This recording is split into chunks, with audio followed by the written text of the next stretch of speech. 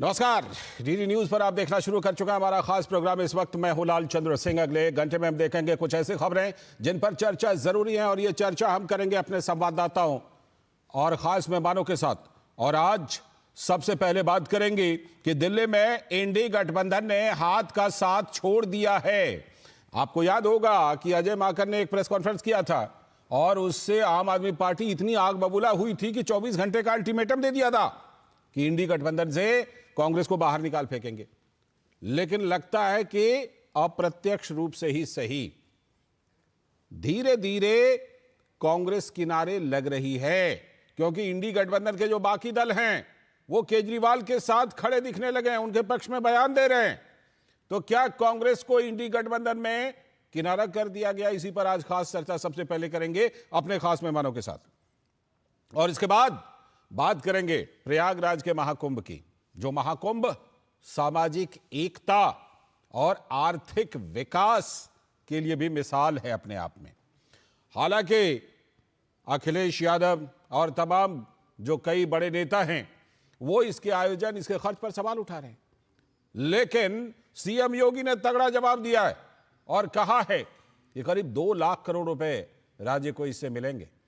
और बात सिर्फ इतनी नहीं है, ये जो महाकुंभ है इसमें किस तरह से सनातन परंपरा में जो सामाजिक एकता है, सामाजिक समरसता है, वो प्रदर्शित होगी, और आसपास में जो रोजगार है उसमें तो जबरदस्त वृद्धि। तो इस पर भी करेंगे बात, होंगे तमाम सवाल जवाब। लेकिन सबसे पहले इस वक्त की हेडलाइंस।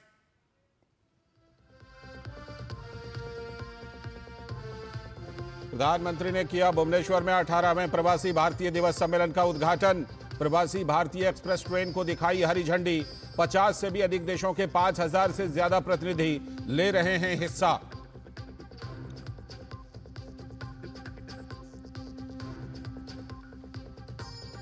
प्रधानमंत्री ने प्रवासी भारतीयों को किया संबोधित, कहा विश्व में बढ़ रही है भारत की भूमिका, भारत की प्रगति की गति तोड़ रही है सारे रिकॉर्ड।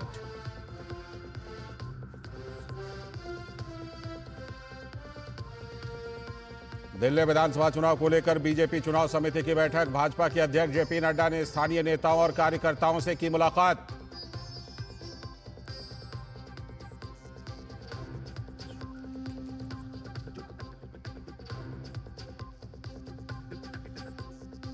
दिल्ली विधानसभा चुनाव में क्षेत्रीय पार्टियों की कांग्रेस को अलग थलग करने की कोशिश। सपा, आरजेडी, टीएमसी और यूबीटी शिवसेना ने केजरीवाल को दिया समर्थन।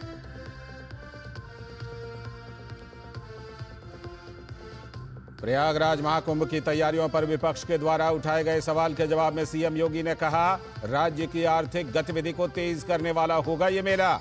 यूपी को इस आयोजन से मिलेंगे 2 लाख करोड़ रुपए।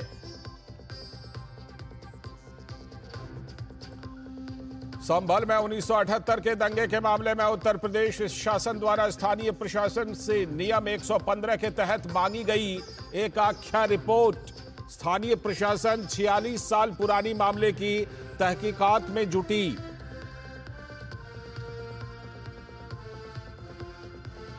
और तिरुपति मंदिर में भगदड़ में 6 लोगों की मौत, कई घायल। मुख्यमंत्री के निर्देश पर रात में ही पहुंचे कई मंत्री। पीएम ने भी जताया दुख। चंद्रबाबू नायडू ने लिया स्थिति का जायजा। ये थे इस वक्त की हेडलाइंस। अब देखते हैं खबरों को विस्तार से। और आज सबसे पहले हम बात करेंगे, खास चर्चा खास मेहमानों के साथ करेंगे। और ये जो खास चर्चा होगी वो इस बात पर होगी कि क्या दिल्ली में केजरीवाल ने कांग्रेस के साथ खेला कर दिया क्या? क्योंकि केजरीवाल ने, आम आदमी पार्टी ने इस बात की धमकी दी थी कि हम अलग थलग कर देंगे कांग्रेस को इंडी गठबंधन में, और वो कर रही है आम आदमी पार्टी। तो दिल्ली में इंडी गठबंधन ने छोड़ा हाथ का साथ। इंडी गठबंधन का नेता कौन? राहुल गांधी या फिर ममता बनर्जी या फिर कोई और? संसद सत्र के दौरान यह सवाल उठा था, और इस विवाद का असर दिल्ली विधानसभा चुनाव में दिखने लगा है। लोकसभा चुनाव में चट्टानी एकता का इजहार करने वाली पार्टियां दिल्ली विधानसभा चुनाव में राहुल गांधी के बदले केजरीवाल के समर्थन में बयानबाजी कर रही हैं। उन्होंने अपनी बयानबाजी तेज कर दी है। केजरीवाल कहते थे कि सब मिले हुए हैं जी, आज कांग्रेस को कह रही है कि रीजनल लीडर्स की सियासत अपने दल के फायदे और नुकसान पर टिकी हुई है। तो दिल्ली में इंडी गठबंधन से अलग लड़ रही कांग्रेस से गठबंधन के दलों ने दूरी बना ली है। आरजेडी, समाजवादी पार्टी और टीएमसी ने दिल्ली में आपको समर्थन देने का ऐलान किया है। कांग्रेस पार्टी के समर्थन से मुख्यमंत्री बने केजरीवाल ने दिल्ली में कांग्रेस पार्टी को हाशिए पर ला खड़ा किया है। खुद कांग्रेस नेता अजय माकन ये मानते हैं कि बीजेपी को सत्ता से बाहर रखने के लिए कांग्रेस का यह फैसला गलत था। आम आदमी पार्टी के नेता केजरीवाल ने ममता बनर्जी और अखिलेश यादव को समर्थन देने के लिए थैंक यू भी बोल दिया है, लेकिन अखिलेश यादव ने यूपी उपचुनाव में कांग्रेस के समर्थन पर खामोशी जता रखी है। माना जाए तो यह एक तरफा समर्थन है। उधर जम्मू कश्मीर के मुख्यमंत्री उमर अब्दुल्ला कह रहे हैं कि बदकिस्मती की बात है कि इंडी ब्लॉक की कोई बैठक ही नहीं हो रही है। इसका लीडर कौन होगा, एजेंडा क्या है, कोई स्पष्टता ही नहीं है।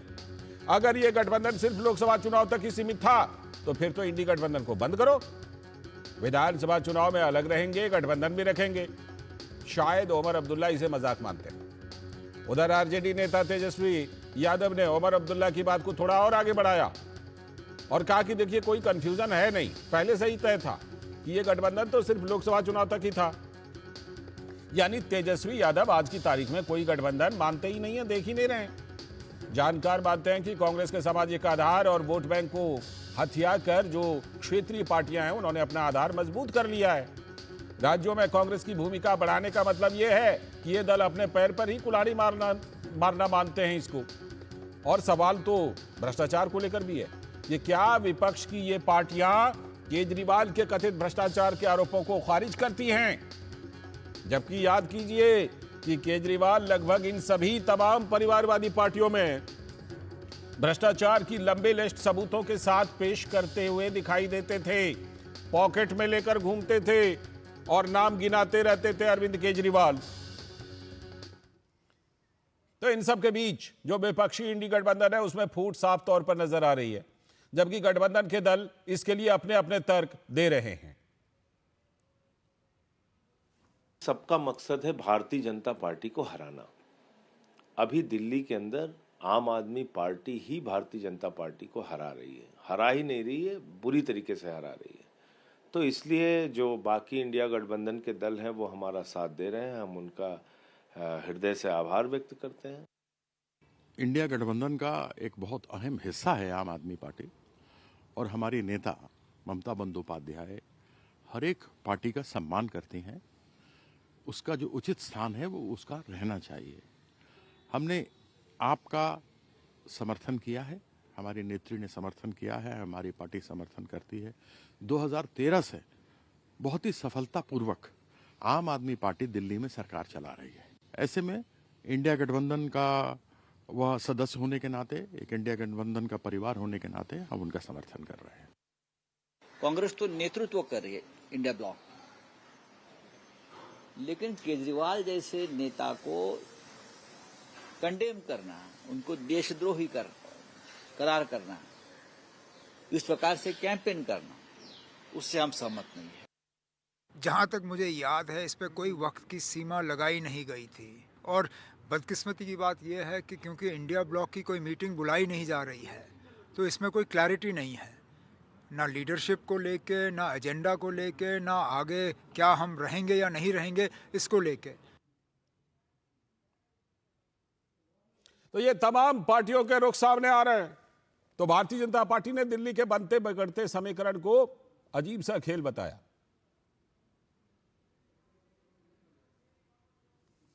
अजीब खेल खेल रही है इंडी गठबंधन और उनके लोग। एक जो सबसे बड़ा उनका धड़ा है, जो दल है कांग्रेस, जिसके सबसे ज्यादा सांसद हैं, वो दिल्ली में विपक्ष के रूप में है, क्योंकि सत्ता पक्ष में आम आदमी पार्टी है, उसका समर्थन नहीं कर रहे हैं। और आम आदमी पार्टी का समर्थन टीएमसी, उद्धव गुट और एक आधा और पार्टियां कर रही हैं, जिसका दिल्ली में कोई वजूद नहीं है। और इन सब के बीच जैसा आपने बताया कि कांग्रेस पार्टी को किनारा किया जा रहा है, तो कांग्रेस के नेता प्रमोद तिवारी ने क्या कुछ कहा, इसे भी देख लेते हैं। ये चुनाव गठबंधन में तो लड़ा नहीं जा रहा है। हरियाणा चुनाव बगल में था, गठबंधन में तो लड़ा नहीं गया। तो हमारा गठबंधन पार्लियामेंट में था या जिन असेंबली में, अभी महाराष्ट्र में हमारा गठबंधन था, ऐसी स्थिति में कौन किसको समर्थन कर रहा है ये महत्वपूर्ण नहीं है। तो ये जो तमाम बयान हैं, आखिर दिल्ली विधानसभा चुनाव से पहले इस तरह से बयान आ रहे हैं, और इसको जरा जोड़िए कि आम आदमी पार्टी ने एक तरह से 24 घंटे का अल्टीमेटम दिया था कांग्रेस को, निकाल देंगे इंडी गठबंधन से। तो प्रत्यक्ष तौर पर भले ना निकाल रहे हो, लेकिन ये जो बयान है ये तो बता रहे हैं कि अप्रत्यक्ष तौर पर, परोक्ष तौर पर कांग्रेस को किनारे कर दिया है केजरीवाल ने। क्या इसी पर बात करेंगे, खास चर्चा खास मेहमानों के साथ। और आज इस खास चर्चा में हमारे साथ जुड़ रहे हैं शुभेंदु अवस्थी, भारतीय जनता पार्टी के प्रवक्ता। बहुत बहुत स्वागत शुभेंदु जी, नमस्ते। साथ में डॉक्टर सागर श्रीवास्तव, कांग्रेस के नेता, बहुत बहुत स्वागत सागर जी आपका भी इस चर्चा में। और हमारे साथ हमारे सलाहकार संपादक विनोद मिश्र जी भी जुड़े हुए हैं। मैं जरा चर्चा को विनोद जी के जरिए विस्तार देता हूं। विनोद जी, मैं ये जो अभी कल बयान आए सारे क्षेत्रीय दलों के नेताओं के, मैं इसको जरा वहां से जोड़ रहा हूं। जब संजय सिंह ने प्रेस कॉन्फ्रेंस करके अजय माकन की प्रेस कॉन्फ्रेंस का जवाब दिया था कि कांग्रेस अजय माकन के खिलाफ कार्रवाई करे 24 घंटे के अंदर, नहीं तो इंडी गठबंधन से निकाल देंगे।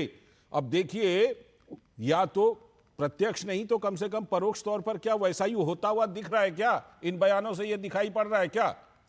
लाल जी, मैं आपके सवाल पे आऊं उससे पहले मैं आपकी रिपोर्ट पे आता हूं। जी, आपकी रिपोर्ट का मैसेज क्या है?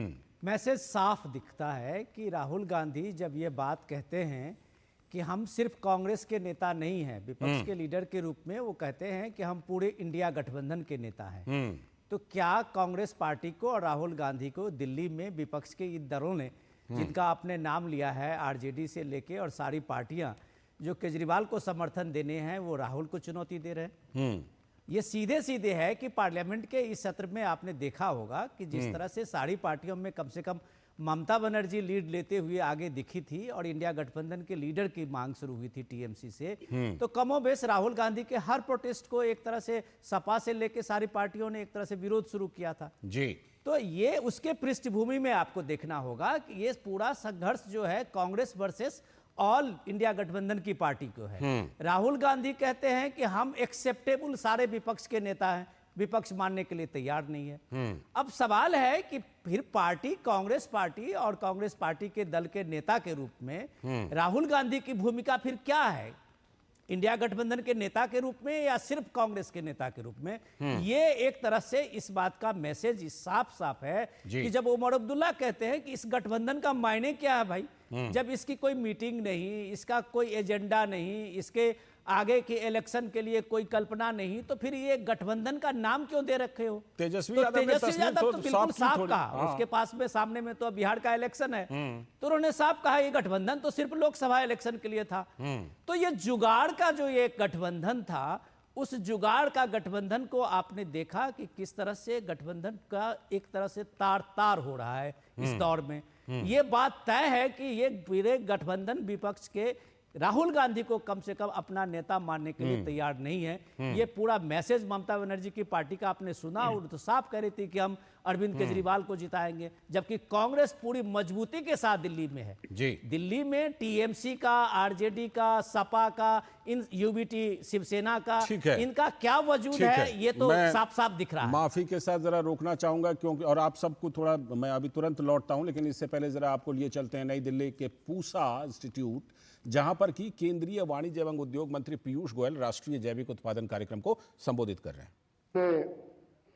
इस बात के ऊपर काफी जोर दिया था कि विश्व में ये जागरूकता बढ़ते जा रही है, देश में भी लोगों को ध्यान में आ रहा है कि कई प्रकार से किस जैविक खेती के लाभ मिल सकते हैं, चाहे वो स्वास्थ्य का क्षेत्र हो, चाहे वो कि हमारी धरती माँ को संभालने की बात हो।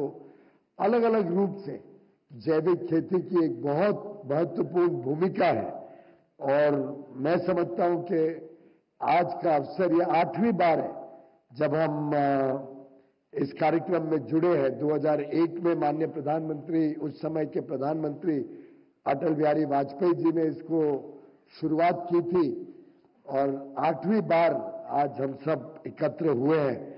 मुझे पूरा विश्वास है, 24 में मिले थे, 25 में मिले हैं, अब इसको एक एनुअल फीचर बनाया जाए, और हर वर्ष आपका संवाद बना रहे। मुझे अभी अभी अग्रवाल जी भी बता रहे थे कि हम जैविक उत्पादनों की कई सारी एग्जीबिशन, कई सारी प्रदर्शनियों में अब विश्व में भाग लेने लगे हैं, भारत में रखने लगे हैं। मैं उम्मीद करता हूं कि इस सिलसिले को अब हम और तेज गति देंगे और बढ़ावा देंगे, जिससे जैविक उत्पादन को, भारत में बने हुए जैविक उत्पादन को हम विश्व भर में लेके जा सके और विश्व भर में इसकी पहचान बने, भारत की पहचान बने। और ये जैविक उत्पादक का जो निर्यात है, भारत में जो खपत है, इस दोनों में हम जितना ज्यादा बढ़ावा करेंगे उसका लाभ होगा। पिछली मीटिंग में माननीय गृह मंत्री जी बता रहे थे कि किस प्रकार से अब एफपीओज के माध्यम से, कोऑपरेटिव्स के माध्यम से बड़े रूप में देश भर में किसान अब जैविक खेती के साथ जुड़ने लगे हैं। अलग अलग देश के हिस्सों में अलग अलग चीजें, और अभी बाहर कुछ चीजें देखने को मिली। मैंने तो जिंदगी में पहली बार इतनी बड़ी मूली देखी है।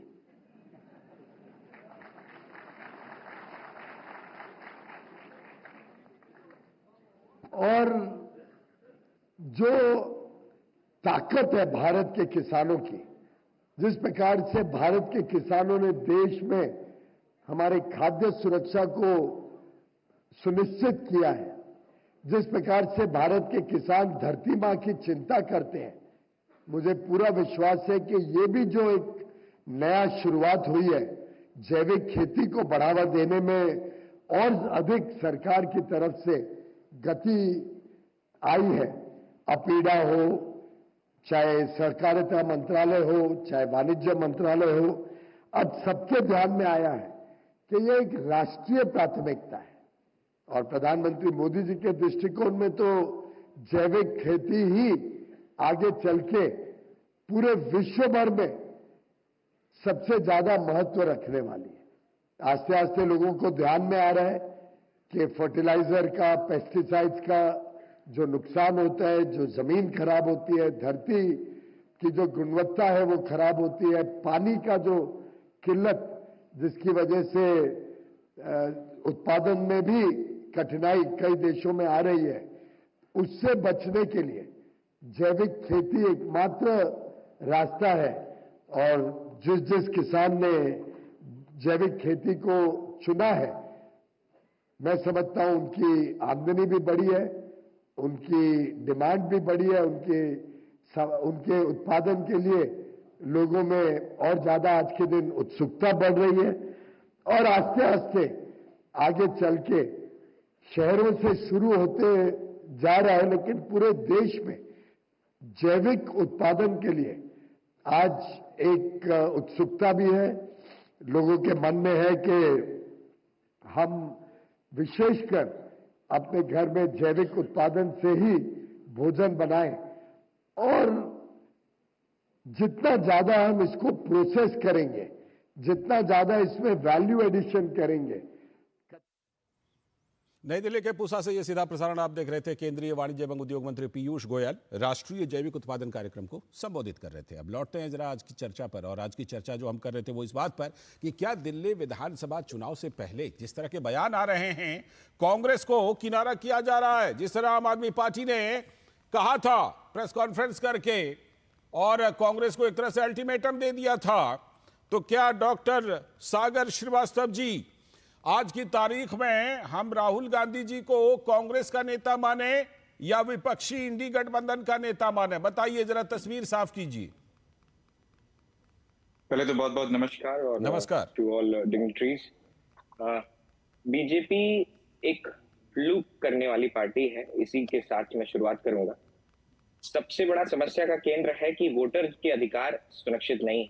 मेरे को थोड़ा सा समय दीजिएगा, इसकी क्रोनोलॉजी को मैं थोड़ा संक्षेप में आपको दर्शाना चाहता हूं। 2014 लोकसभा इलेक्शन में फर्रुखाबाद में बीजेपी ने यही किया था। 2678 वोट से जीते हैं, लेकिन 32,000 वोट का इन लोगों ने निष्कासन कर दिया था। ये अलीगढ़ असेंबली में आता है, ये अलीगंज इसमें मैं न्यू थोड़ा सा आपको नॉर्डर। डिस्टर्ब ये करूं, सत्यपाल सिंह, थोड़ा डिस्टर्ब मैं बस करूं, 1 मिनट लूंगा। थोड़ा सत्यपाल सा सिंह डिस्टर्ब एमएलए करता हूं, थोड़ा सा इंटरप्ट करता हूं आपको। मैं अभी देखिए, बीजेपी तस्वीर में कहीं है नहीं सागर जी, अभी हमने बीजेपी को कहीं तस्वीर में नहीं लाया है। अभी हम बात कर रहे हैं आपके इंडी गठबंधन के सहयोगी दलों की। बताइए, आप बताइए। देखिए, अगर मैं आपका अपने सवाल का जवाब का हल आप जरूर देखेंगे। जी जी। मेरा बस ये कहना है कि जो सरकारी वितरण है, जिसको सैलरी कहते हैं, उस सैलरी के पीछे एक दबाव डाला जा रहा है। आप इसको देखिए, ये मेरठ में भी चल रहा है। आप इलेक्शन के क्रमांक को बढ़ाने और घटाने का काम अपने मनमर्जी नहीं कर सकते हैं। ये डेमोग्राफिक्स में बहुत बड़ी चूक है। सत्यपाल सिंह यादव एमएलए थे, वो डीएम को चिट्ठी लिख दे रहे हैं। सागर जी, क्या बोल रहे हैं सागर जी? मुझे समझ में नहीं आ रहा। हम लोग अभी आप जो है, आपका एजेंडा चाहे जो भी हो, आप सागर जी आप विषय को समझिए, चर्चा किस विषय पर रख रहे हैं, इसलिए मैं आपको रोक रहा हूं। आपको जो हमारे एंकर महोदय ने जो सवाल पूछा है, ये आपके सारे सवाल का इलेक्शन कमीशन ने जवाब दिया है। तो चुनाव आयोग के सीईसी के जवाब के बाद अगर आप संतुष्ट नहीं है तो आप चुनाव आयोग से पूछिए, और इसका जवाब आप चाहते हैं कि आपको एंकर दे दे, प्रवक्ता दे दे, क्या बात करते हैं सागर जी? इंडी गठबंधन एक है या बिखरा हुआ, इस पर चर्चा कर रहे हैं सागर जी। आप ले आ रहे हैं वोटर लिस्ट पर सब जवाब। हम लोग विदेश नीति पर, अर्थव्यवस्था पर कभी और चर्चा कर लेंगे। आज इंडी गठबंधन की एकता और बिखराव पर चर्चा कर रहे हैं जी। लाल सिंह चंद जी, गठबंधन एक परिवार का पार्ट है, और अब मैं इसको इसी तरीके से कहूंगा कि परिवार में वाद विवाद, डिस्कशन, डिबेट, डायलेक्ट जरूर रहेगा, और ये भी डेमोक्रेसी के क्रम को उजागर करता है। इलेक्शन कमीशन डिटेल पर्यवेक्षकों को भेजता है, बूथ लेवल ऑफिसर जाते हैं, डोर टू डोर कैंपेन करते हैं। मेरा बस आपसे यही कहना है, सिंपल यही कहना है कि इंडी अलायंस में जो भी समस्याएं हैं, जो भी ऊपर से उजागर हो रहे हैं, ये भी डेमोक्रेसी के क्रम को उजागर कर रहा है। और अगर हम इस बात के पीछे का सत्य इग्नोर कर दें कि इलेक्शन के इलेक्टोरियल इकोसिस्टम में डेमोग्राफिक से छेड़छाड़ की जा रही है, ये क्या आप क्या जवाब दे रहे हैं? फिर तब ऐसा कीजिए ना, आप इजराइल और फिलिस्तीन पर बोलिए जरा। इजराइल और फिलिस्तीन पर बोलिए, पूरा जो विवाद है उसके इतिहास पर जरा बोलिए। आप 10 मिनट टाइम देते हैं आपको, बोलिए उस पर। देखिए लालचंद जी, देखिए अगर हम मेन मुद्दा नहीं समझेंगे कि address change, deletion, duplicate entry, क्या मतलब उस पर जिस दिन चर्चा होगी खूब बोलिएगा सागर जी। मैं कह रहा हूं उस पर जिस दिन चर्चा करेंगे, हम लोगों ने ईवीएम के सवाल पर, चुनाव आयोग के सवाल पर चर्चा किए हैं। आपकी पार्टी के समर्थक या प्रवक्ता आते हैं, बोलते हैं। मैं कह रहा हूं आज जो हमारी चर्चा है उस पर बोलिए ना। आप मेरे से क्या जानना चाह रहे हैं? आपसे जो जानना चाहते हैं वो तो एकदम बिल्कुल क्रिस्टल क्लियर मैंने पूछा है। मैंने पूछा कि आज की तारीख में राहुल गांधी जी को कांग्रेस का नेता माने या इंडी गठबंधन का नेता माने? इससे ज्यादा साफ करके क्या सवाल पूछूं, बताइए। ये तो बड़ा वैज्ञानिक बात हुआ एंकर महोदय, जब एलओपी वो चुने जा चुके हैं जी, तो ये तो बड़ा सुनिश्चित है। और पारिवारिक द्वंद्व तो हमेशा रहेगा। ये उस क्रम के सुचारू रूप से इसकी गतिविधि को दिखा रहा ना कि भाई डिस्कशन, डिबेट, डायलॉग की लड़ाई हमेशा जारी है। आप अपने घरेलू मुद्दों में भी क्या आपके मत में सारे लोग हमेशा ठीक है साथ रहते हैं? ये आपकी चॉइस है, आप इस पर नहीं बोलना चाह रहे हैं, ठीक है, ये आपकी चॉइस है। मैं आपके पसंद का सम्मान करता हूँ, आपके पसंद का सम्मान करता हूं मैं, लेकिन मैं ये कह रहा हूं कि जिस समय आपसे संपर्क किया गया होगा कि आपको इस चर्चा में आना है और बोलना है, उस समय मुझे पूरा 100% विश्वास है कि आपको विषय बताया गया होगा कि आज का विषय क्या है। ठीक है, मैं लौटता हूं आपके पास, मैं लौटता हूं। जरा मुझे शुभेंदु अवस्थी जी को शामिल करने दीजिए। शुभेंदु अवस्थी जी, नमस्कार। नमस्कार। ये बताएं कि ये इनके जो सहयोगियों के बयान आ रहे हैं, आप तो ये उम्मीद कर रहे थे कि भाई तिकोना लड़ाई हो, कांग्रेस भी थोड़ी मजबूत हो तो शायद आपको ज्यादा फायदा दिल्ली में हो, लेकिन अब जिस तरह से बाकी सहयोगी दल अरविंद केजरीवाल के पीछे खड़े हो रहे हैं, इससे तो ये जो आपकी उम्मीद थी इस पर कुछ धक्का लगेगा क्या? नहीं, मैं अपना पहला सेंटेंस ये बोलना चाहता हूं कि ये जो इंडी गठबंधन है, कभी मौसेरे भाई होते हैं तो कभी सौतेले हो जाते हैं। अभी लोकसभा में कांग्रेस और आम आदमी पार्टी मौसेरे भाई थे, आजकल सौतेले चल रहे हैं। जिस गठबंधनों ने आम आदमी पार्टी को सपोर्ट किया है, चाहे अखिलेश यादव जी हो, चाहे ममता जी हो, या फिर शिवसेना के कुछ लोग बोल रहे हैं, उनका दिल्ली में कोई वजूद नहीं है, तो वो आपसी इंडी गठबंधन का आपसी झगड़ा है। कौन आगे है, कौन पीछे है, कौन कांग्रेस का नेता है, कौन इंडी गठबंधन का नेता है, वो उनके झगड़े हैं। हमने पहले भी कहा है कि भानुमति का पिटारा है, जब जब खुलेगा तब तक झगड़ा होगा, जब जब चुनाव आएंगे तब तक झगड़ा होगा, ये मेरा मानना है। पर मैं जो आज कहना चाह रहा हूं वो ज्यादा जरूरी है। बोलिए। कि जब जिसको जहां जैसा फायदा होता है वैसा लेता है। उनको लगा कि हम लोकसभा के चुनाव में मिलकर लड़ेंगे तो मोदी जी को हरा देंगे, बहुत सारे गीदड़ इकट्ठा हुए और बोले कि शेर को हरा देते हैं। तो लोकसभा चुनाव में तो आपको नुकसान पहुंचा गए ना वो लोग। नुकसान जा गए और आप रिश्तेदारी तो आप भी निभाए ना। मैं वही तो कह रहा हूं, नुकसान पहुंचाएंगे। बिहार के प्रतिनिधि के साथ रिश्तेदारी तो आप भी बजाए। उसमें आप अगर सागर साहब मैं जवाब दे दूं ना, फिर आप जवाब पूछना, मैं जवाब दे दूं तो आप पूछना, क्योंकि हम सब लोगों को जवाब नहीं दे सकते। नियम बदलना नहीं चाहिए ना। आप गठबंधन करें तो नियम बदल जाएगा, हम करें तो देखिए हमारा गठबंधन का डेमोक्रेसी। सुनो सुनो सुनो सुनो आप सुन लो, हम समझ गए आपका प्रश्न। अगर आपने ये बोला तो नीतीश कुमार के ऊपर आपको बात करनी पड़ेगी। नीतीश कुमार के ऊपर को आपको बात करनी पड़ेगी। सागर जी ने जो, अगर सागर जी का कोई जायज सवाल है तो उसका जवाब दीजिए सुमन जी। वो कह रहे हैं कि आपके घटक दलों के बीच में तो ऐसी बातें होती हैं। डेमोक्रेसी तब आपको प्रधानमंत्री को चेन्नई इतनी बार दौरा क्यों करना पड़ रहा था? भाई कोएलिशन के बिना अगर ऐसी बात हो गई तो आपने अगर इतने आरोप प्रत्यारोप लगा दिए, जंगल जंगल बात चली, पता चला आपने गीदड़ और शेर शब्द का इस्तेमाल कर दिया। ठीक है मुझे, मैं दोनों, आप दोनों के पास लौटता हूं। हाँ जवाब सुन लो इसका। ऐसे तो नहीं चलेगा। नहीं, मैं तो बस आपसे कह रहा हूं ना, आपने गीदड़ और शेर शब्द का उजागर किया। अभी बात सुन लो पहले। मैं नियम की बात कर रहा हूँ, मैं शब्दावली की बात कर रहा हूँ। यही शब्दावली देश देख रहा है। आपने गीदड़ और शेर के शब्द की बात किया। कैसे शेर है? ठीक है, आप सुन तो लो। मोदी जी कैसे शेर हो गए? आप जवाब दे रहा हूँ, मोदी जी हमारे प्रधानमंत्री को आप शेर कह रहे हैं। आप जवाब दे रहे हो, सुन तो लो। ये सिलोजिज्म नहीं है। अब आप ये सिलोजिज्म जवाब देने का बिल्कुल, मैं आपको अब सुनना चाह रहा हूँ। आप बोलिए, मैं आपको बिल्कुल सुनना चाह रहा हूँ और मैं आपसे बात भी करने को तैयार हूं। हमारा कोई भी गठबंधन का डिस्कशन हमारे कमरे के अंदर होता है, घर के अंदर होता है। हम चौराहे पे खड़े होकर चिल्लाते नहीं है। यदि झगड़ा चौराहे पे होगा तो सब लोग आवाज उठाएंगे। लेकिन ये भी बात है, एक फैक्ट ये भी है अवस्थी साहब में आप नीतीश एक फैक्ट ये भी है कि देखिए एनडीए है और अटल जी की तरह अटल है एनडीए अभी तक। इस बीच में यूपीए बनी, यूपीए खत्म होकर के इंडी बनी। अभी इंडी में क्या क्या बयान आ रहे हैं वो हम देख ही रहे। खैर मैं लौटता हूँ, आप दोनों के पास लौटता हूँ मैं। जरा विनोद जी को ला लीजिए, विनोद जी खासतौर पर उमर अब्दुल्ला का बयान, तेजस्वी यादव का बयान क्या इशारा कर रहा है? देखिए सागर जी तो नहीं कह रहे हैं, लेकिन हम ये मान के चलें कि अब इंडी नहीं है। सागर जी पहले आपको मैं सागर जी बहुत ज्ञान का भंडार लेके आए हैं, कम से कम सुनिए। आपके बीजेपी प्रवक्ता ने बहुत ध्यान से आपकी बात सुनी थी, आपको भी कायदे से उनकी बात सुननी चाहिए थी। एक तो इस डिसिप्लिन को आप मेंटेन कीजिए। दूसरी बात मैं जो आपको कह रहा हूं कि आपकी दोनों तस्वीर आपके सामने में है। कल आपने पीएम मोदी का रोड शो देखा होगा आंध्र प्रदेश, बिल्कुल विशाखापट्टनम, और विशाखापट्टनम का उस रोड शो को एक बार झांक भी लीजिए, कम से कम तब पता चलेगा एनडीए क्या है और इंडिया गठबंधन क्या है। आप देखिए कि किस तरह का गठबंधन होता है। आप देखिए नीतीश कुमार के बीच में और प्राइम मिनिस्टर मोदी के बीच में कैसा ट्यूनिंग है।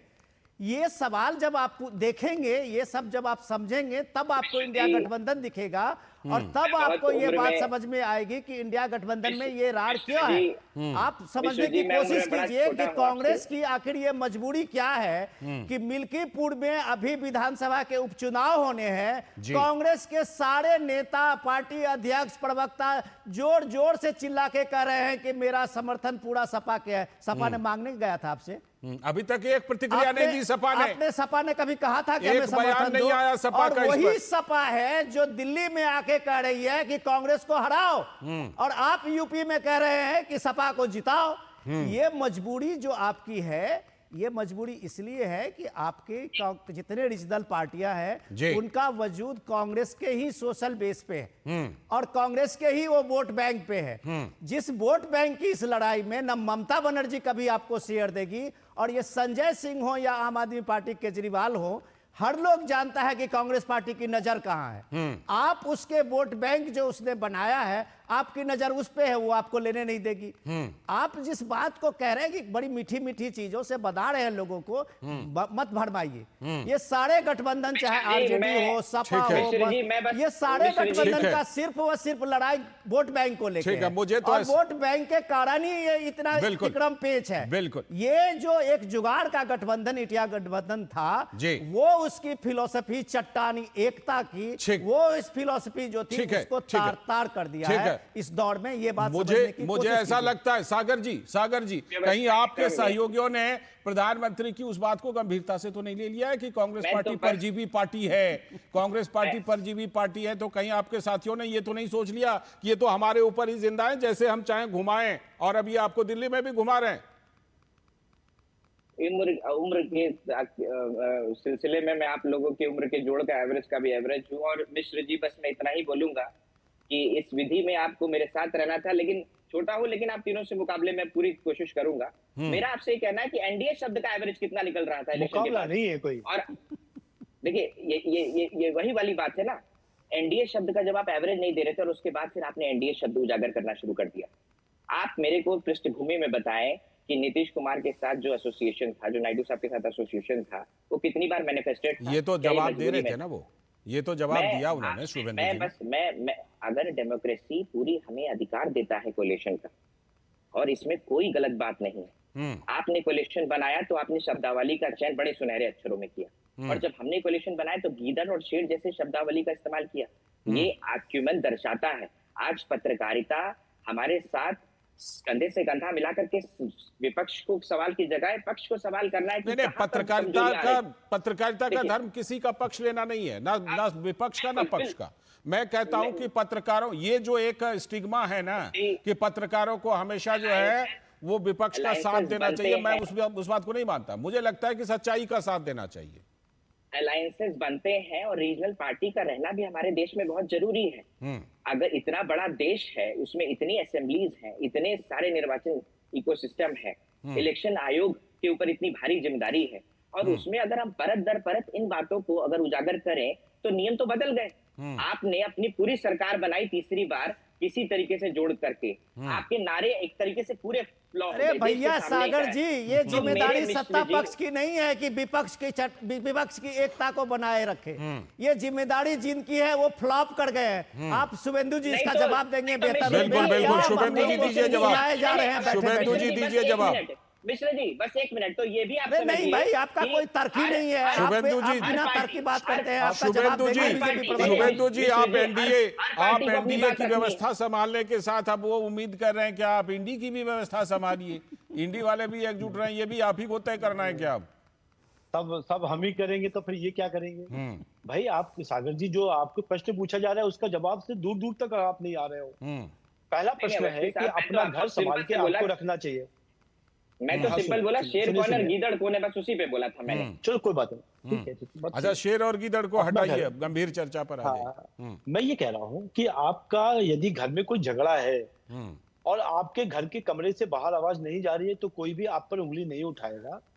आपके जो डिस्कशन होते हैं कमरे के अंदर बंद होते हैं और फिर तय होके कुछ समझौता होता है, बाहर निकल जाता है, इसको गठबंधन कहते हैं।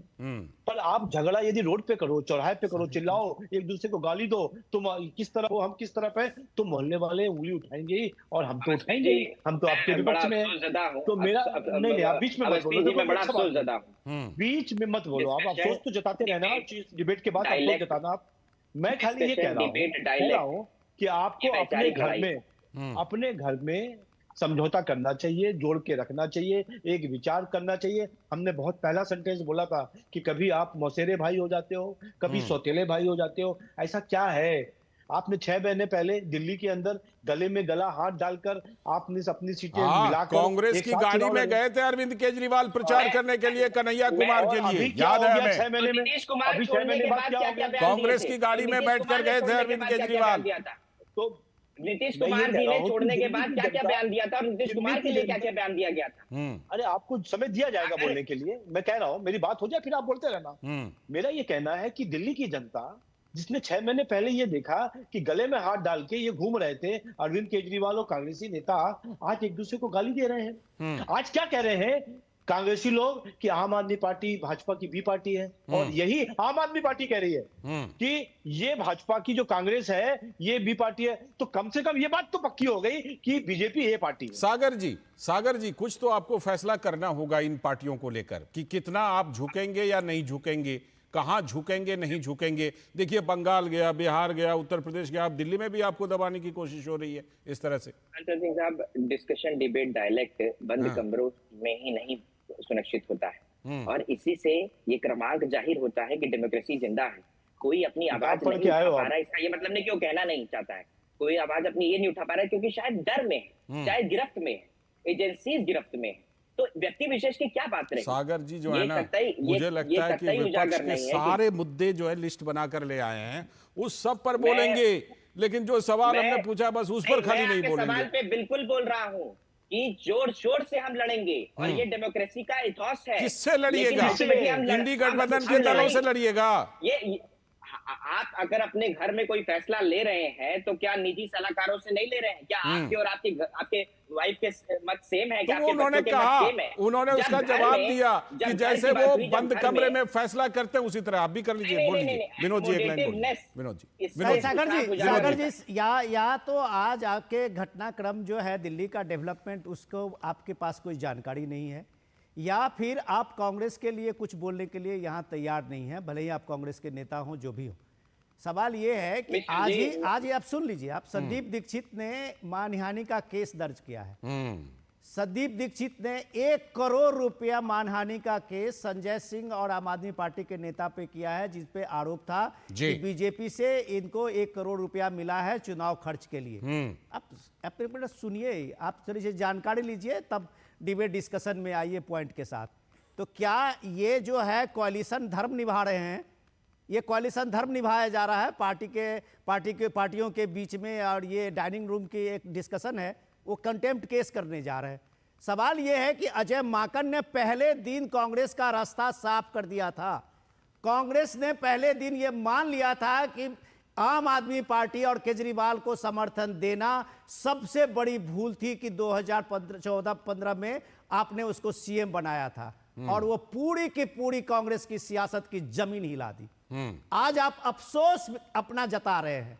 आपने लोकसभा चुनाव में जुगाड़ का गठबंधन बनाया और आप 1 सीट नहीं जीत पाए, और अब दिल्ली में जो बाड़ी है, अब 4% की आप पार्टी, कांग्रेस पार्टी रह गई है यहाँ, और 4% की पार्टी आप आम आदमी पार्टी के साथ में अगर तालमेल करने का कोई फायदा नहीं मिला, तो आप सोचिए अजय माकन का जो सीधा स्ट्रेट कांग्रेस के लिए मैसेज था, उस मैसेज को रखिए, और वो अपने आला कमान के लिए मैसेज था कि ये जुगलबंदी जो अभी कह रहे थे बीजेपी प्रवक्ता, जो सौतेला और मौसेरा भाई का जो चेहरा बनाते हो, ये लोगों को धोखा देने के लिए है, जो ये साफ साफ ये तस्वीर हो गई है। नहीं, लेकिन इसमें एक बात है कि देखिए चीजें जो हैं वो उसमें आज की जनता के पास जितनी जानकारी के साधन हैं लोगों के पास, उसमें छुपेंगी तो नहीं। ये चीजें जो दिल्ली में इस समय हो रहा है ना सागर जी, ये बातें जो हो रही हैं दिल्ली में, ये सभी लोगों तक जा रही हैं, और सब लोगों को ये लग रहा है कि ये इंडी गठबंधन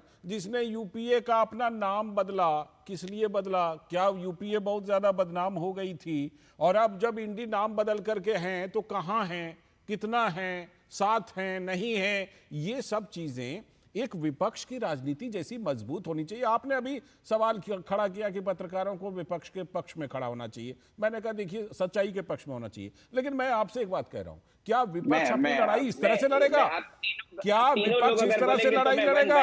और अगर इस तरह से लड़ाई लड़ेगा तो कोई मीडिया, कोई बाकी लोगों पर आप आक्षेप लगाते रहिएगा, मीडिया पे, सुप्रीम कोर्ट पे, चुनाव आयोग पर, सब पर आप सवाल उठाइए, मतदाताओं तक पर सवाल उठाइए, अपना काम सही ढंग से नहीं कीजिए। बस ये गुमराह करने वाली बातें हैं। ईवीएम जो आपने शब्द यूज किया, सिर्फ बात ईवीएम तक नहीं है। आज वही चर्चा से मैंने अपने संबोधन को शुरुआत किया, यहाँ पर व्यक्तिगत फिर वापस भी लगाए गए। नहीं, ये तो चर्चा आप नहीं करना चाहते हैं। नेशनल मीडिया पे आप ये चर्चा नहीं करना चाहते हैं कि कैसे 15-15 हजार, 20-20 हजार इलेक्टोरियल क्रमांक को घटाया और बढ़ाया जा रहा है। जब आपका चुनाव आयोग ने चैलेंज दिया है, दे दीजिए जाके डॉक्यूमेंट। जब इलेक्शन इलेक्टोरियल मैनुअल कहता है कुछ है तो दे दीजिए। क्लियरली। अरे भाई साहब, आप र्यूमर फैला रहे हैं। आप चुनाव rumor आयोग ने फैला रहे हैं, हम बिंदुवार public जवाब दिया है broadcaster आपको। हैं, हम आपको र्यूमर फैलाने नहीं देंगे। आपके पास मुद्दे नहीं है तो आप मुद्दे पे आप बोलना बंद कर दीजिए, लेकिन आपको र्यूमर फैलाने की इजाजत तो कम से कम आपको कोई पब्लिक ब्रॉडकास्टर नहीं देगा। विनोद जी, ये आम आदमी पार्टी से बड़ा आप एक तरह से र्यूमरबाज का ये बना ऐसा रहे है हैं। कि अफवाह फैलाने की कोशिश कामयाब हो नहीं सकती, क्योंकि जिस तरह चुनाव आयोग ने जवाब दिया है, चुनाव आयोग जिस तरह आपको हैकाथॉन का चैलेंज देता है, सुप्रीम कोर्ट जो कह रहा है, इलेक्शन के नतीजे जो कह रहे हैं, आपके सहयोगी उमर अब्दुल्ला और अभिषेक बनर्जी का बयान देख लीजिए। उमर अब्दुल्ला, अभिषेक बनर्जी और सुप्रिया सुले का ईवीएम के बारे में बयान देख लीजिए। खैर आज ईवीएम पर चर्चा है नहीं, आज ईवीएम पर चर्चा नहीं है। खैर चलिए शुभेंदु जी, चलते चलते कुछ आप रिमार्क करना चाहते हैं। शुभेंदु जी, हम दिल्ली में सरकार बना रहे हैं और बहुत जल्द अगले 1 महीने के अंदर दिल्ली में भाजपा की सरकार होगी। और मैं ये कहना चाहता हूँ, शुभेंदु जी, चुनौती बड़ी है, ये मान के चलिएगा। हम उसकी तैयारी में 25-30 साल से आप बाहर हैं दिल्ली की सत्ता से। साल से हो गए बाहर में आप। बिल्कुल, अगर हमने उसकी दिल्ली तैयारी में आप करी क्यों है। नहीं कर पा रहे? डेवलपमेंट में आप कम 30 साल से आप बाहर हैं। आप इलेक्शन वो मैंने भी इनको याद दिला दी सागर जी की 30 साल से आप बाहर हैं। 20 हमको मालूम है, 20,000, हमने बहुत तैयारी करी है, 11,000 हमने बहुत तैयारी करी है जनाब। आ रहे हैं और जिनको अब हम घटाया और चलिए बढ़ाया ठीक जा रहा है, इस बार।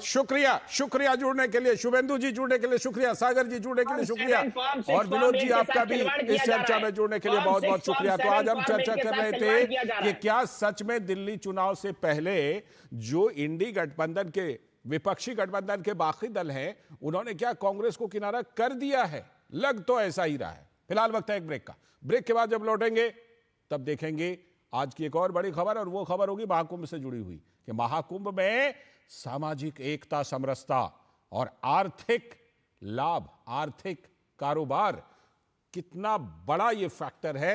इस पर मुख्यमंत्री योगी ने विपक्ष को जवाब भी दिया है। इस पर करेंगे बात, अभी वक्त है ब्रेक का। आज सुनो, खाने में कोई स्वाद नहीं है। अरे किफायती लाल सस्ते वाले दाल मसाले, स्वाद हुआ बेकार, एकदम बकवास। इधर कीमती लाल को देखो, खाना बना कमाल। MDH की हल्दी मिर्ची धनिया करे कमाल। ये रंग दे, ये खुशबू दे, ये तीखा, ये कम पड़े। समझे किफायती लाल का निराला MDH मसाला।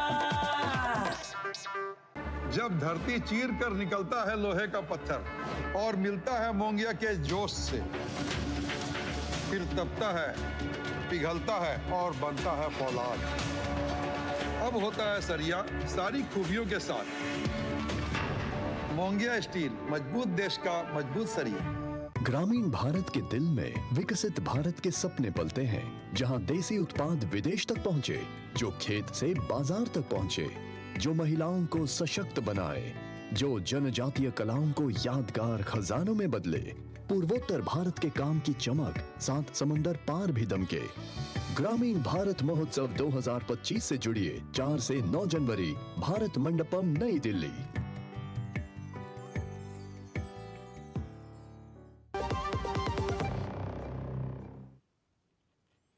स्वागत है ब्रेक के बाद। आप देख रहे हैं डीडी न्यूज पर। इस वक्त अब बात करेंगे महाकुंभ की, प्रयागराज महाकुंभ की, जो सामाजिक एकता और आर्थिक विकास का महाकुंभ है। दरअसल उत्तर प्रदेश के प्रयागराज में भव्य और दिव्य महाकुंभ की तैयारी जोर शोर से चल रही है।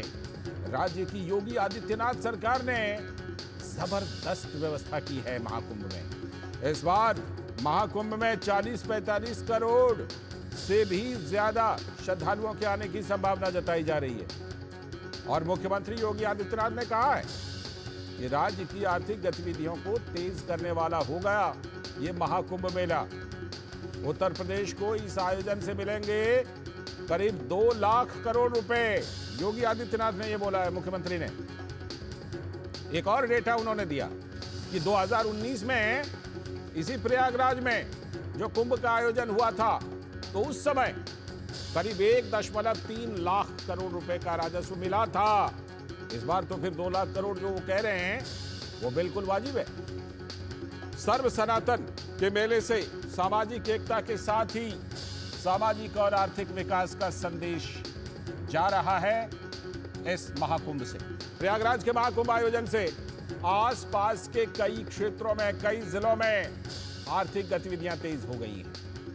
सामाजिक समरसता का भी बेमिसाल प्रदर्शन होता है इस महाकुंभ के दौरान। सनातन परंपरा के इस आयोजन से सामाजिक एकता के साथ ही आर्थिक विकास में भी वृद्धि होती है। तो ऐसे में जो सपा प्रमुख अखिलेश यादव हों या फिर अन्य विपक्षी नेता हों, वो जो आयोजन के खर्च पर सवाल उठाते हैं, आप समझ जाइए कि ऐसे सवालों का क्या मतलब बनता है। कोई मतलब नहीं। तो मुख्यमंत्री योगी आदित्यनाथ ने बताया कि महाकुंभ में 40 करोड़ से भी ज्यादा श्रद्धालुओं के आने और 2 लाख करोड़ रुपए तक की आर्थिक वृद्धि होने की उम्मीद है। प्रयागराज कुंभ का कुल खर्चा हमारा है 5,000 करोड़। अभी हमने प्रधानमंत्री जी से जिन कार्यों का लोकार्पण और शिलान्यास 13 दिसंबर को कराया था, वो कुल 5,000 करोड़ रुपए से के थे। ये दोनों केंद्र और राज्य सरकार के मिलाकर के थे। मैं मान के चलता हूं कि 40 करोड़ श्रद्धालु आएंगे और यही एवरेज लगाऊंगा 2 लाख करोड़ रुपए की इकोनॉमिक ग्रोथ होगी, भारत की भी और उत्तर प्रदेश की भी। डेटा दे रहे हैं मुख्यमंत्री योगी आदित्यनाथ और सवाल उठाने वालों को जवाब दे रहे हैं। इस बीच महाकुंभ नगरी प्रयागराज पहुंचे श्रद्धालुओं में गजब का उत्साह देखने को मिल रहा है और वो भी ये कह रहे हैं कि इससे किस तरह से इस महाकुंभ से आर्थिक समृद्धि, आर्थिक कारोबार भी एक बड़ा तत्व है। सुनिए उनको। महाकुंभ 2025 में प्रयागराज में आप देखें तो बुनियादी ढांचा जो परियोजनाएं हैं वो तो बहुत तेजी से उसमें आगे बढ़ती हुई है और हम देख रहे हैं कि आधारभूत जो ढांचा है वो बहुत बेहतर हुआ है और इसका एक पूरा फायदा आर्थिक वृद्धि के तौर पर और आर्थिक गतिविधि जो बढ़ेगी पूरे उत्तर प्रदेश में। जब अर्ध कुंभ हुआ था तब भी देखने को मिला था, अब नया रिकॉर्ड बनने की उम्मीद है आर्थिक मामले में। किस तरह से आप लोग देख रहे हैं? देखिए, प्रयागराज में जो कार्य हो रहा है अद्भुत है। भारतीय सनातन संस्कृति का जो प्रभाव है वो आर्थिक रूप से भी बड़ा प्रबल है। जी, अनुमानित 40 करोड़ की सरकार ने व्यवस्था की है और एक औसत आदमी कम से कम 4 से 5 हज़ार रुपये अगर यहाँ पे खर्च कर जाएगा, सब अपनी अपनी आर्थिक क्षमता अनुसार 5,000 से लेकर के 50,000 तक की टेंट, लाख रुपए वाली टेंट में है, उनका व्यवसाय तो विश्व स्तरीय स्तर की सुविधा देंगे, उस तरह की कारोबार बढ़ेगी। तो सिर्फ अपने स्वदेशी योग का पर भी बढ़ावा मिल रहा है और विश्व स्तरीय सुविधाओं का उनका भी प्रचार विश्व में पटल पे भारत की छवि बहुत निखर के उभर के आएगी। हमारे प्रयागराज में एक कुंभ तो अद्भुत है और जो जिस तरह की यहाँ व्यवस्था है वो उसकी तो कल्पना ही नहीं की जा सकती। जिस तरह से यहाँ पे कुंभ हो रहा है, जिस तरह से शिविर लगी हुई है। इलाहाबाद जो प्रयाग जो आगे बढ़ रहा है वो धार्मिक आधार के कारण ही आगे बढ़ रहा है। महाकुंभ 2025 उसे ऐतिहासिक जो मौका आया है उसमें कोई कोर कसर नहीं छोड़नी है और इसका प्रभाव लंबे समय तक हम भारतीय अर्थव्यवस्था पर, खासतौर पर उत्तर प्रदेश की अर्थव्यवस्था पर देखेंगे, जब जीएसटी कलेक्शन बढ़ रहा है और लोगों को बड़ी संख्या में रोजगार का अवसर भी मिल रहा है। कैमरामैन मोर मुकुट के साथ शैलेंद्र मिश्र, डीडी न्यूज, प्रयागराज। ये ग्राउंड रिपोर्ट आपने देखी शैलेंद्र मिश्र की और इस समय शैलेंद्र मिश्र खुद वहीं से हमारे साथ जुड़ रहे हैं और साथ में हमारे साथ स्टूडियो में जुड़े हुए हैं हमारे सलाहकार संपादक विनोद मिश्र जी भी। मैं पहले सीधे शैलेंद्र के पास चलता हूं। शैलेंद्र, आपकी ये बातचीत हमने देखी, आज की बातचीत को मैं इस पर रखता हूं कि सामाजिक एकता की बात हो, आर्थिक विकास की बात हो, उस मायने में भी ये सचमुच महाकुंभ है। सनातन परंपरा का ये सबसे बड़ा आयोजन, विश्व का सबसे बड़ा आयोजन। बताइए, जहाँ 40-45 करोड़ से भी ज्यादा लोग आएंगे, वो सामाजिक एकता का भी जबरदस्त संदेश और आर्थिक गतिविधियों को तेज करने का भी पूरा संदेश यहाँ से निकल करके जा रहा है इस महाकुंभ से। बिल्कुल, देखिए, ऊंच नीच का भेद मिट जाता है और तमाम भेद मिटते हैं महाकुंभ में। जो हम देखते हैं कि संगम में स्नान करोड़ों लोग करते हैं एक साथ और 40 करोड़ से ज़्यादा लोग जब संगम स्नान के लिए महाकुंभ के दौरान आएंगे तो निश्चित तौर पर दुनिया का जो सबसे बड़ा मेला है वो यहाँ पर दिखाई देगा। हम इस वक्त मौजूद हैं जहाँ पर मुख्यमंत्री योगी आदित्यनाथ की आज शाम को प्रेस कॉन्फ्रेंस होनी है। वो 2 दिवसीय दौरे पर है प्रयागराज में और मेला स्थल में तैयारियों का जायजा ले रहे हैं, अखाड़ों में साधु संतों से मुलाकात कर रहे हैं और हम जानते हैं कि बहुत व्यापक स्तर पर जो तैयारी हुई है और एक समता का प्रतीक सामाजिक समता का प्रतीक हम कुंभ मेले को जानते हैं, जहां ऊंच नीच का भेद पूरी तरह से मिट जाता है और सभी एक पंक्ति में खड़े होते हैं और सभी एक साथ स्नान करते हैं। तो ये बहुत एक महत्वपूर्ण, सनातन का सबसे महत्वपूर्ण मेला है, जिसमें इतने लोग आते हैं जितनी आबादी अधिकतर देशों की नहीं है, कुछ चुनिंदा देशों को छोड़ दें। और जैसा कि मुख्यमंत्री योगी आदित्यनाथ ने उम्मीद भी जताई है कि 40 करोड़ से ज़्यादा लोग आएंगे, तो आप खुद समझ सकते हैं कि कितना बड़ा मेला यहाँ पर लगने वाला है, जो एक सामाजिक समता, समरसता का संदेश देगा, जो भारत के बढ़ती हुई आर्थिक ताकत का तो संदेश देगा ही, साथ ही साथ भारतीयता का संदेश देगा, जो हम सबको साथ लेकर चल रहे हैं। सभी एक तरह से जो वर्ग हैं उनको साथ लेकर जो आगे बढ़ने की कोशिश की जा रही है, उसका भी एक उदाहरण यहाँ से पेश किया जाए। बिल्कुल, आप हमारे साथ बने रहिएगा। मैं विनोद जी के पास चलता हूँ, आप उसके बाद फिर आपके पास आता हूँ। विनोद जी, जो मुझे जरा मैं एकदम बिल्कुल जिसे कहते हैं ना कॉमन लैंग्वेज में आ रहा हूँ, कुंभ में भी कोई किसी से पूछेगा कौन जात हो भाई? कुंभ में भी कोई किसी से पूछेगा क्या इस महाकुंभ में, जहां 40-45 करोड़ लोग जुटेंगे? विनोद जी, सामाजिक एकता का कितना बड़ा समागम है ये? लाल जी, मैं हैरान होता हूं जब ये महाकुंभ पे कोई टिप्पणी हो देखता हूं और जब लोग इस पे सवाल करते हैं, तो मुझे लगता है कि कुंभ पे चर्चा और कुंभ पे टिप्पणी करने से पहले उनको भारत को समझना चाहिए। भारत को मैं ये इसलिए कह रहा हूं कि जब दुनिया के और किसी रिलीजन को देख लें, मजहब को देख लें, कि जिनका जो भी इतिहास रहा हो, 1500 साल, 1400 साल, 1700 साल, जी, कुंभ की चर्चा गौतम बुद्ध ने की है। गौतम बुद्ध लिखते हैं कि कहते हैं कि अगर तुम क्रोधी हो तो कुंभ में स्नान करके भी तुम मुक्त नहीं होगे। आहा, क्या बात है। तो ये गौतम बुद्ध कहते हैं, तब आप सोच लीजिए, कल्पना की ये कुंभ का ये समागम और ये सर्वधर्म सर्व संभाव का जो ये कुंभ है, वो कितने वर्षों से ऐसे ही चलता रहा होगा। ये सामाजिक समरसता का जो ये पावन एक समागम है, जहां सन्यासी और गृहस्थ दोनों आमने सामने होते हैं, जहां वो माँ गंगा और त्रिवेणी के तट पे स्नान का पूरे विश्व में ये चर्चा, खुद रामचरितमानस में तुलसीदास कहते हैं तीर्थ राज प्रयाग प्रभाव। बहुत खूब। तो तीर्थ राज प्रयाग जो है, आप भारत की सभ्यता, भारत की संस्कृति, भारत के सनातन को एक तरह से आप गौण करते हुए, जब आप कुंभ की बात होती है, महाकुंभ की बात होती है, तब आप उस पर टिप्पणी करने लगते हैं और आप कहते हैं, तो उसका जवाब ये महाकुंभ है। बिल्कुल, ये जो प्राइम मिनिस्टर मोदी कहते हैं कि ये कुंभ एकता का, भारत की एकता का सबसे बड़ा एक समागम होने वाला है, तो बिल्कुल वो सही कहते हैं कि जब इसी कुंभ में पिछली बार आप 2019 में देखा होगा, स्वच्छ कुंभ नाम दिया गया था उसका, प्राइम मिनिस्टर मोदी स्वच्छता के कर्मचारियों का पैर धोते हुए दिखे थे। जी, वो कुंभ का आदर्श है, वो कुंभ का आदर्श है जिसमें वो स्वच्छता कर्मचारियों का पैर धोते हुए प्राइम मिनिस्टर को लोगों ने देखा था। ये कुंभ का पावन है और इसको देखने के लिए लोग आते हैं। बिल्कुल, ये कुंभ जो पूरे दुनिया के लिए आकर्षण का ये केंद्र बना है, वो एक सामाजिक समरसता का है।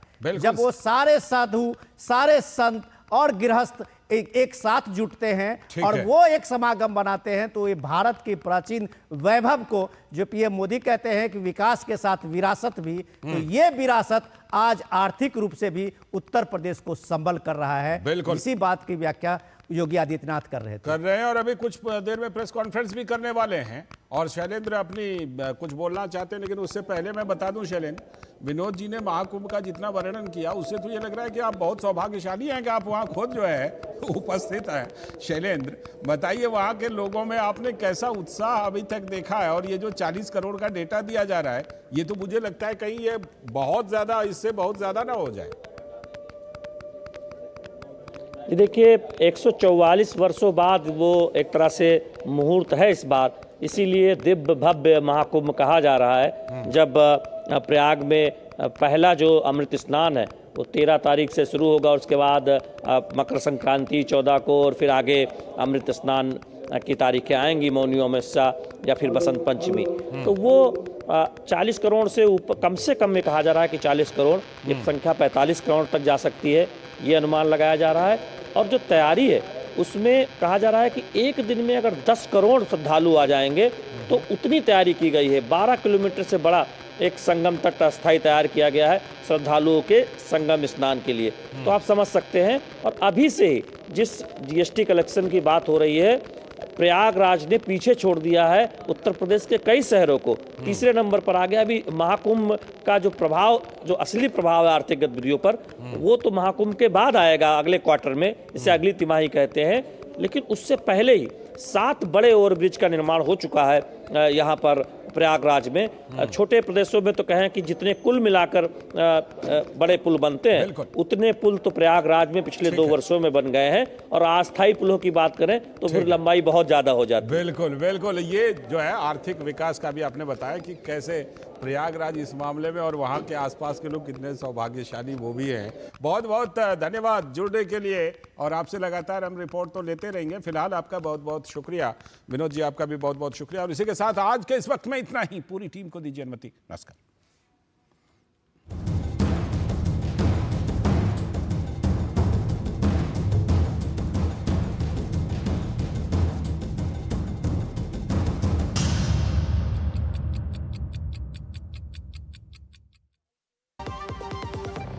MDH का किचन किंग किचन में